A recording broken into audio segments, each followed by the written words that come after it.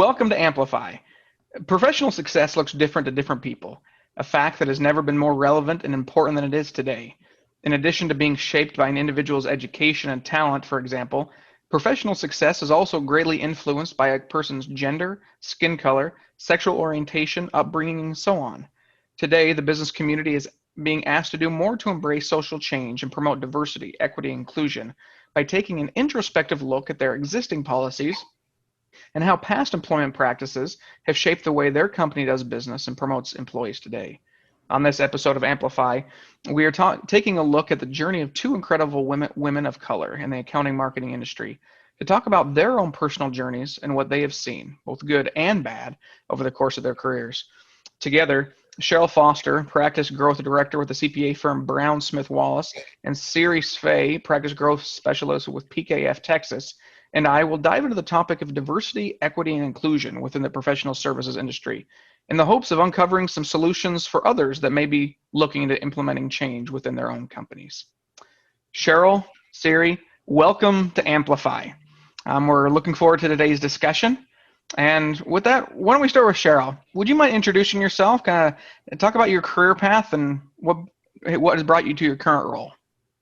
All right. And Chuck, thank you for having me today. I'm happy to be here. And so I started my marketing career, I guess, oh my goodness, almost 20 years ago, not quite that long ago, but after finishing my master's in journalism with an emphasis in strategic communication from the University of Missouri, I wound up working in marketing at Build-A-Bear Workshop. And this was right before the company went public. It was a super exciting time to be there. And my first professional work experience was working under a female CEO, and Maxine Clark. And so that was incredibly inspirational. There were so many strong women leaders at that company. And to have the opportunity to feel so empowered at a young age, like right out of college, it was the kind of place that your opinions and your thoughts were valued. The CEO's door was always open. And so to be able to share ideas and just opinions about the direction of the organization at that point in my career was incredibly, I think, influential for me and in helping me to continue to advance in my career. So I was really fortunate to have that type of experience so early on, and went on to work for another retail startup, and after a couple years transitioned to a role at a company called Group M Search, which is a division of WPP. So global organization, a much different feel than Build-A-Bear Workshop. But I started to look for opportunities to get more involved with digital marketing and more exposure to that. And so there was a role that came open at Brown Smith Wallace. They were looking for someone primarily to come in and help them launch their social media strategy. So I was hired just like almost 10 years ago, and I'm still there today. So today I'm the Director of Practice Growth, and I oversee branding, internal and external communications, and business development support for the firm. So, and the journey there has been incredible. Another very kind of entrepreneurial culture, one that allows and encourages people to come forward with ideas. And if it's a great idea and you get buy-in, you can see it to fruition. So every day's different there. Every day's a challenge, and that's why I've stayed. Great, Cheryl, thank you. And what a great way to launch your career is with that support and that confidence and that vision from that female leader. So thank you for sharing. Quick question: do you still have a Build-A-Bear somewhere with you? Oh yes, I have an 8-year-old daughter who has a few of them. my daughter always asks when we go, through a shopping mall or something if we can get it. So that's great. Siri, we'd love. How did you start your career in accounting marketing, and what brought you to your current role?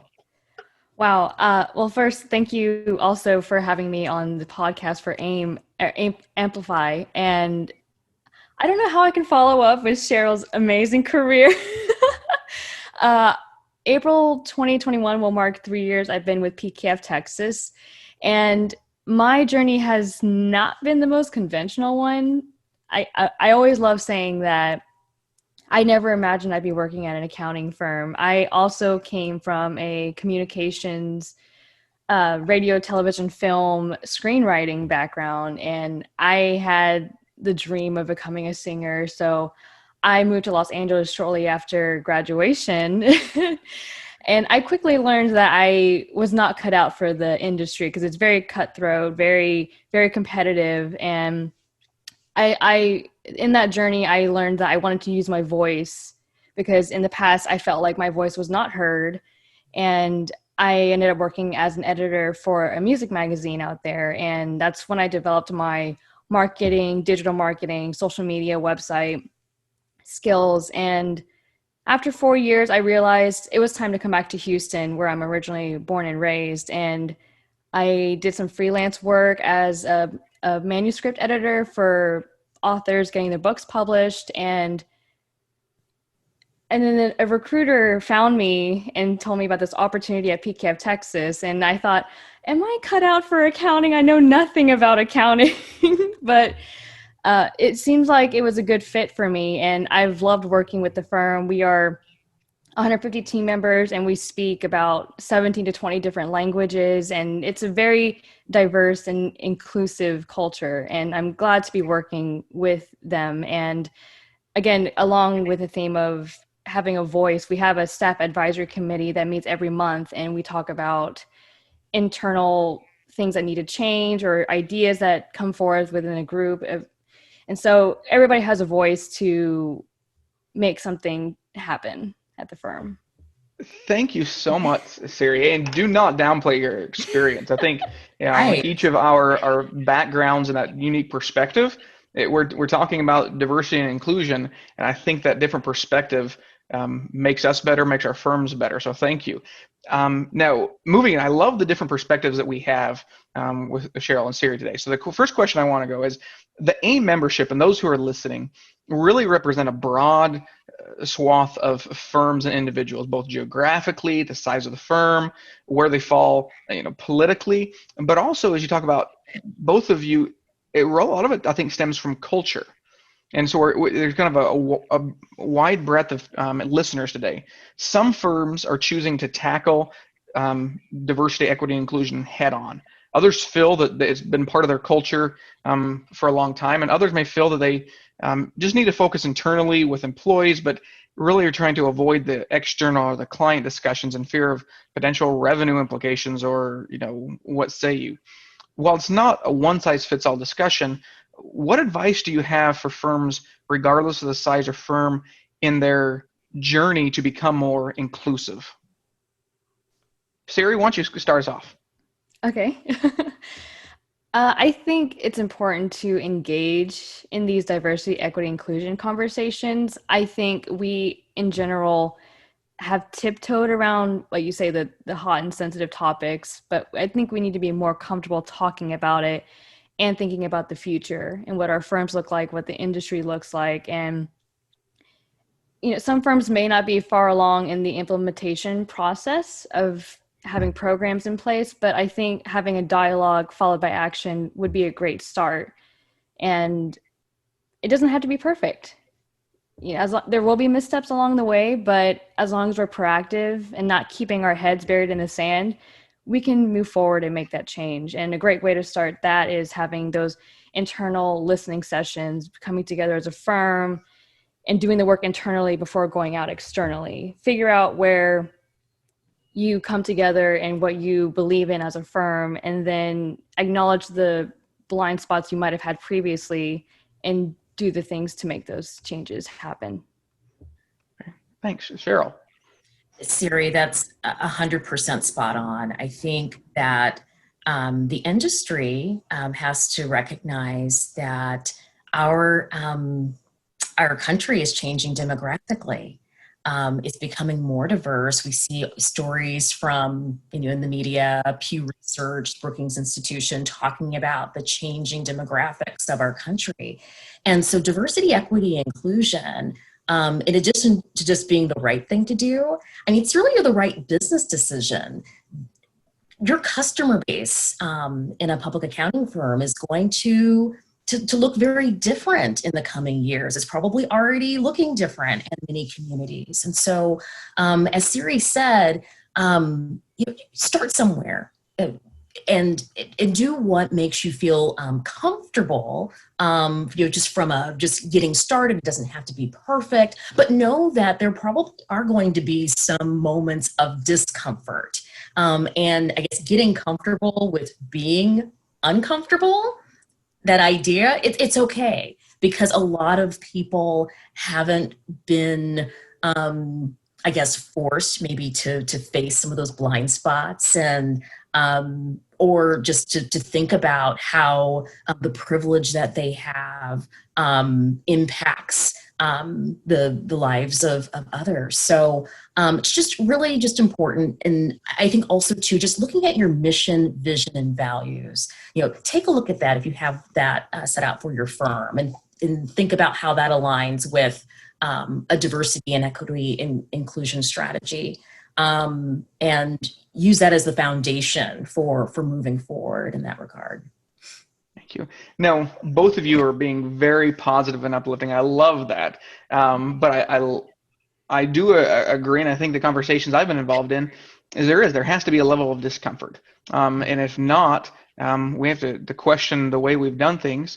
And in order to affect change, we have to feel that need, or to recognize that need. And sometimes it takes that discomfort to effectuate that change. So many firms, AIM members and not, but within the industry, have created, are now developing diversity, equity, inclusion, or DEI policies, task force initiatives. Over your careers, whether within the industry or not, would you share some, I guess, good and bad of what you've seen in terms of initiatives? And you mentioned this a little bit, Cheryl. What advice you would have for firms, regardless of their circumstances, to consider as they're developing that? And why don't we stay with you, Cheryl? Okay, well, I think that the industry, and I would say maybe companies in general, have really done a great job with initiatives to empower women. I know my firm in 2014 launched a women's initiative, and we've been recognized by the Accounting Move organization for equity leadership. And so I think from just the perspective of empowering and advancing women within the industry, that a lot of work has been done in that area, and things are going great. I think on the other hand, just in speaking in general, not much attention has been paid to diversity and equity, not only in public accounting, but across the board. And what's great to see, because I know you were just talking, Chuck, about being uplifting and optimistic, and I am, I think authenticity is really important.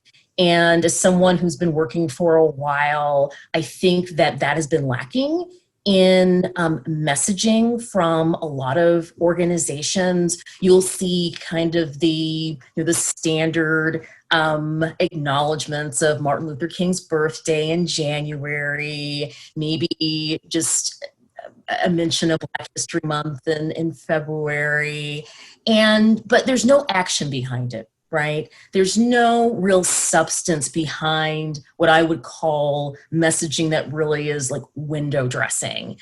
And what I have sensed, not only in my own firm, but just kind of just in the environment, is I think after George Floyd was killed, I felt and sensed like an acceleration of just of engagement. People really seem to finally get it. It clicked. And I can just speak for in my firm, and we had started and launched our diversity and inclusion program a year prior. And our managing partner signed the CEO diversity and action pledge. And so we were working and getting our program launched and getting engaged and getting going. But I feel like our conversations internally have been so much more in depth and engaging internally. And it feels real this time. I think there's real momentum. So just thinking about wherever you are in your journey, that whatever you do as a firm, that authenticity is really important to have. So, because if you don't have it, you do look like you're checking a box. And that's just not going to, it's not going, people will see right through that. People, they're smarter. They know when you mean what you say. No, thank you, Cheryl. Now, Siri, you were in LA and now in Houston, both of which are very diverse cities. And many, AIM members come where it's, feel like maybe it's more difficult. But why don't you address the same question of, firms are trying to implement these policies or trying to, take a first step. How do you see, what advice do you have for them for considerations, or maybe examples of some good or bad policies that you've witnessed? Honestly, Chuck, I think at this point, a bad a bad policy would be having no policy, especially given after Mr. Floyd's killing. It would be unwise to be silent in a time where we need to be speaking up and making change. And it's like Cheryl said, it's not just checking a box or several boxes. Firms, I think, need to be more genuine and more intentional with not just doing the talk to talk, but doing the walk as well. And I mean, have you heard of or seen, maybe even within your own firm, a specific, not holistic strategies, but pieces of DEI strategy or tactics or initiatives that you found particularly supportive or helpful? Well, right now we are in the preliminary conversations of having DEI initiatives and hopefully having those in place. I know that AIM has done a great job with their growth strategies publication that they put out in the spring, I believe. And that's a great place to find some ideas for implementing programs. And then AIM also has those blog conversations with the board about enacting those promises in the statement they put out a few months ago. Okay, no, that's great. Sticking with you, Siri, is trusted business advisors within, CPA firms and professional service firms. We have our clients and we're advisors to them, but we're also leaders in our respective communities. A lot of times we're big sponsors, we are voices, our firm leadership and or CPA sitting on many significant boards, nonprofits, civic boards. What responsibility do firms have within and even more without of their own circles of influence to effectuate change? I actually, it's funny. I challenge the rhetoric of leading the pack. I think a lot of firms might be hesitant to be those spearhead those initiatives, although they should be. But I think the responsibility is also coming together as an industry, as a community, and being a voice for the change that needs to happen, to do the right and just thing, and recognizing that the work is never 100% finished. It's ever evolving, much like accounting in general. And so I think just taking those steps and not staying static is the responsibility that we have.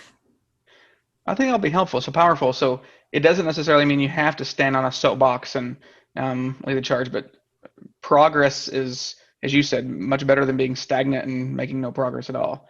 I love that. Cheryl, what are your thoughts there? Our role outside of our own walls? I think that public accounting firms have a responsibility to lead by example. I think that and because of many of the examples you just gave, Chuck, public accounting firms are part of the power structure in most of our communities.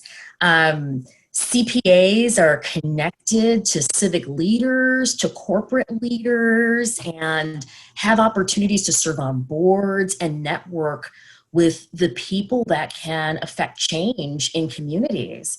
And I think it's really important to showcase what you are doing internally as a firm, maybe more publicly. So maybe you are not maybe standing on a soapbox, so to speak, but making it known where you stand on issues of diversity, equity, and inclusion. I think it's much like having a sponsor within an organization, people of color, women, someone that is has power, has influence to open doors for you, to create opportunities, because of the way that public accounting firms are connected within their communities. They can use their influence to open doors and create opportunities for underrepresented groups. So it's really important. I love that your mention of the power of the mentoring or the sponsoring program within firms, and I think we could take an entire other episode on that, because I know the influence in that support there is great.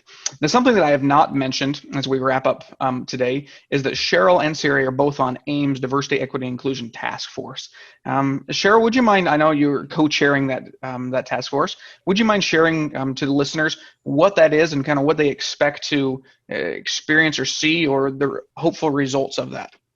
Sure. We have an excellent group of marketing leaders within AAM that have come together to really understand what marketers and what firms need to advance diversity, equity, and inclusion in their respected firms and ultimately across the industry. So what we've done in our first few weeks of meeting, we put together a survey, and we have disseminated, and by the time this is available for people to listen to, we'll probably be in the process of evaluating and assessing those responses. But we want to understand, where are firms in their journey currently? What are they doing? Do they feel that their firms are really doing well in this space, or do they need more help? And then ultimately, we will make some recommendations to the AAM board for what we think programming around diversity, equity, and inclusion should look like, and to provide those tools to firms to help them develop strategies. And so we feel like it would be of great value to AAM members to provide that help and support to them. And at some point in 2021, there will be an AAM committee, a formal diversity, equity, and inclusion committee that will carry on the work that we were doing right now. So, thank you, Cheryl. Siri, what are you looking forward to? What are you hoping are the results of this task force? As Cheryl said, a new committee coming forth. Participating on the committee yourself, what do you hope to see come from this initiative within AAM? Initially, I'm very excited to see the responses that we get from the survey, because that'll be very telling of what's important to the firms that are involved in DEI initiatives. And I want to see the programs that we come up with for the committee, and I'm seeing that being enacted. My personal opinion is I would love to see the how to get started package, because this is my assumption that a lot of firms are not really sure where to start, and this would be a great first stepping stone for them. Well, something that I've picked up on in our conversation, Cheryl and Siri, and I appreciate that, is yes, I think their intention is they want to, go from zero or very little to perfect overnight. And I love that you're in your encouragement to make progress. And as we work together, and as you facing the right direction, and you're trying to implement change, even through those painful moments or those slip ups or those blind spots, so long as we're trying to incrementally, or big steps that we're trying to improve and intentionally trying to improve, that things will gradually and eventually get better. And if the quicker we can get there, I think the better we'll all be for it. Cheryl, Siri, I've loved this conversation. I think we've only scratched the surface and can go on for another hour. But for those who are listening, I think you've really enjoyed listening to Cheryl and Siri. We appreciate your leadership. We appreciate your commitment and involvement in the industry and with AIM. And I thank you both for joining us today. And I hope that maybe it's on an AIM committee or upcoming AIM conferences, that you'll have the opportunity to meet Cheryl and Siri in person and connect with them and learn the great work that they're doing. So, ladies, thank you so much for your time. And with that, we'll sign off. Thanks, Cheryl. Thanks, Siri. Power up, listen.